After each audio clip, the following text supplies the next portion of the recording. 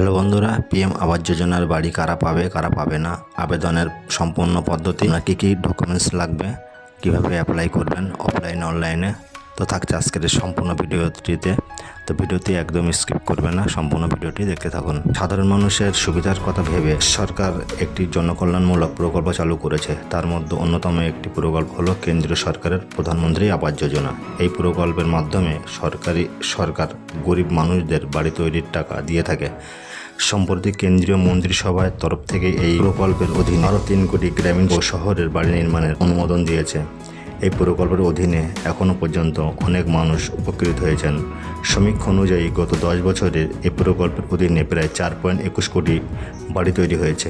যারা এই প্রকল্পের জন্য আবেদন করতে ইচ্ছুক তাদের এই প্রকল্পের শর্ত অনুযায়ী কিছু যোগ্যতা থাকতে হবে, তবে তারা এই প্রকল্পে আবেদন করতে পারবে। কেন্দ্রীয় সরকার তরফ থেকে 2.5 লক্ষ পর্যন্ত ভর্তুকি দেওয়া হবে। প্রকল্পের শর্ত: আবেদনকারীকে অবশ্যই ভারতের নাগরিক হতে হবে, আবেদনকারীর বয়স 18 বছরের বেশি হতে হবে, একটি পরিবার থেকে শুধু একমাত্র একজনই এই প্রকল্পের সুবিধা পাবে।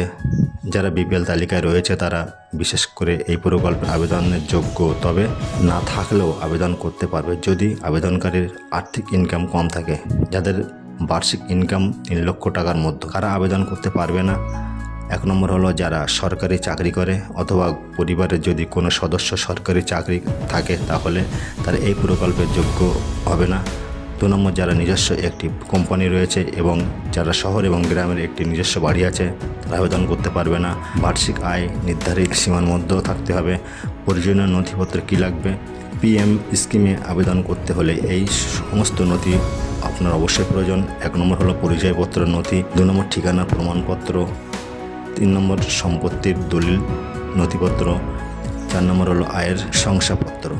যদি আপনার সব কিছু ঠিকঠাক থাকে তাহলে আপনি অনলাইন এবং অফলাইনে এসে আবেদন করতে পারবেন। তো বন্ধুরা, আজকের ভিডিওটি এই পর্যন্তই। যদি ভিডিওটি ভালো লাগে অবশ্যই একটা লাইক দিয়ে যাবেন, আর চ্যানেলে নতুন হলে অবশ্যই সাবস্ক্রাইব করে আমাদের সঙ্গে থাকবেন। তো পরবর্তী ভিডিও দেখার আমন্ত্রণ জানিয়ে আজকের ভিডিও এখানে শেষ করছি। সবাই ভালো থাকবেন, সুস্থ থাকবেন।